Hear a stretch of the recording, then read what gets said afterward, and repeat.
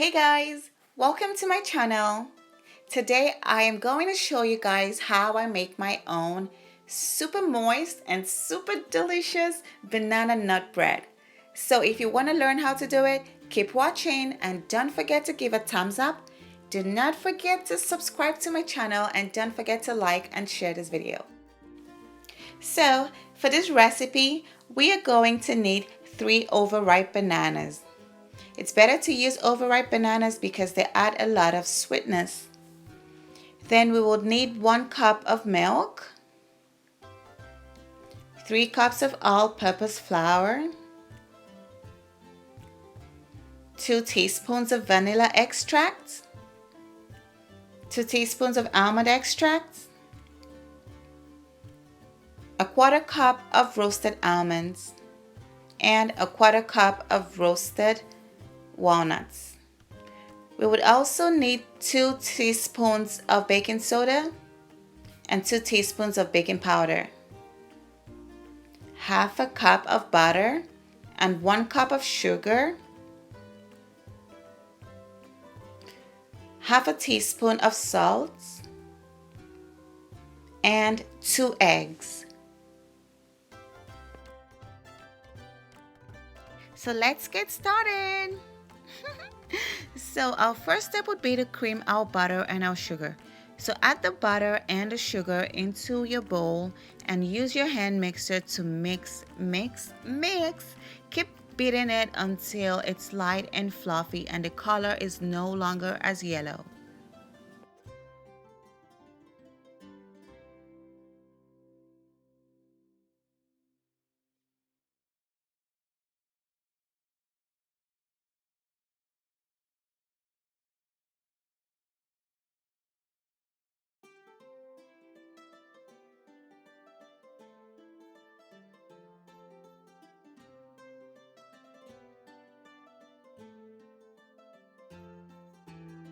So now that your butter and sugar is all creamed, go ahead and add your eggs, your milk, and your flavors. So today I am going to be adding 2 teaspoons of vanilla and 2 teaspoons of almond flavor.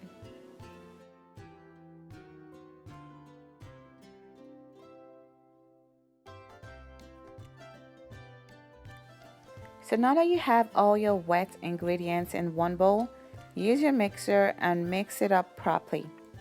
It's okay if you get some lumps in there. Remember, you're still going to mix it up with a dry batter and mix it up again, so don't worry about the little lumps. Just mix it as much as you can and set it aside.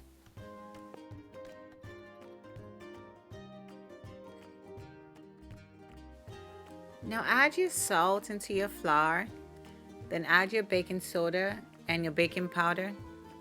Then use your whisk to mix it up properly and set it aside.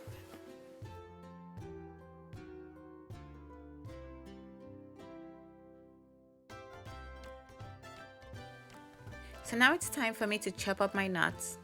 Actually, I should have done this a long time ago, but I wanted to show you guys how it's done. If you have almonds that are already chopped, that's perfect and that would save you a whole lot of time. But I have the whole almonds, so using my knife and my chopping board, I just cut it up roughly. It doesn't have to be perfect. Fortunately, my walnuts were already chopped, so I didn't have to deal with it, but I had to chop my almonds.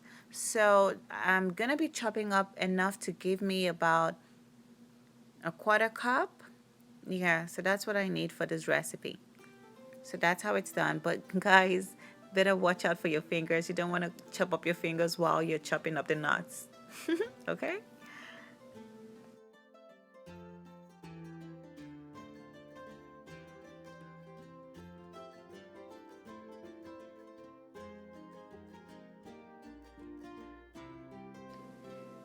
So now add your dry batter into your wet batter and mix properly. Make sure you mix as much as you can to take away all the lumps, but be careful not to overmix it, okay? You don't have to keep beating the life out of the batter. Just mix it enough to take away the lumps and set it aside and deal with your bananas. I did not mash my bananas ahead of time because I didn't want it to get all dark and weird looking. You know how it gets. So I'm just gonna mix my batter and then I'll deal with my bananas. So here's the easy part. Take your bananas and add them to a bowl. Just break them up into chunks. You could use a knife or your hands. Well, my bananas are super ripe, so it's easy to break into pieces. Make sure you take away any rotten part of it. Then you can mash it using a fork or a whisk. I had my whisk right there, so I just used it. Some people prefer to use a food processor for this, but I like to have the tiny chunks of bananas in my banana cake, so I just use my whisk to mash it up, and I leave some tiny lumps in there.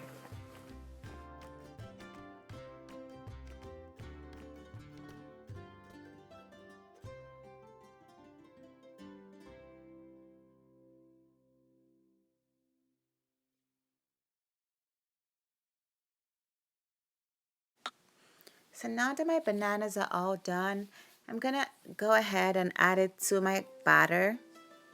And guys, don't forget to add the nuts. So then I'll add my nuts and then mix everything properly, and our batter is all set.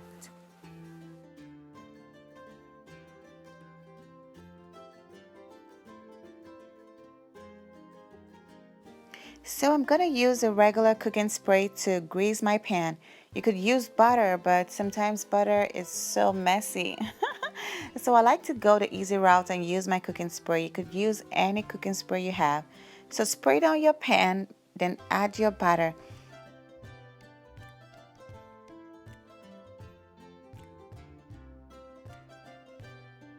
So I placed my pan in the middle rack of my oven, which had been preheated to 325 degrees Fahrenheit.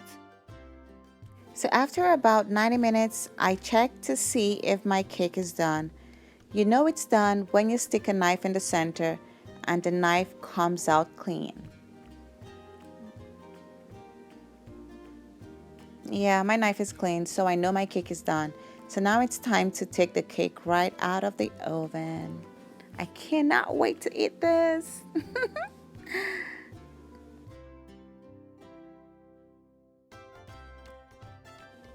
So here is a finished product. Guys, this smells and looks so good. I cannot wait to dig in. Oh, as you can see, I also made some muffins with the extra batter. I did not have an extra cake pan and I did not want to throw away my batter, so I made some muffins with them. So here it is, guys. Feel free to try it and comment down below and let me know what you think, okay? Don't forget to like this video. Don't forget to share this video. And please remember to subscribe to my channel. I love you guys. Thank you for watching. Bye.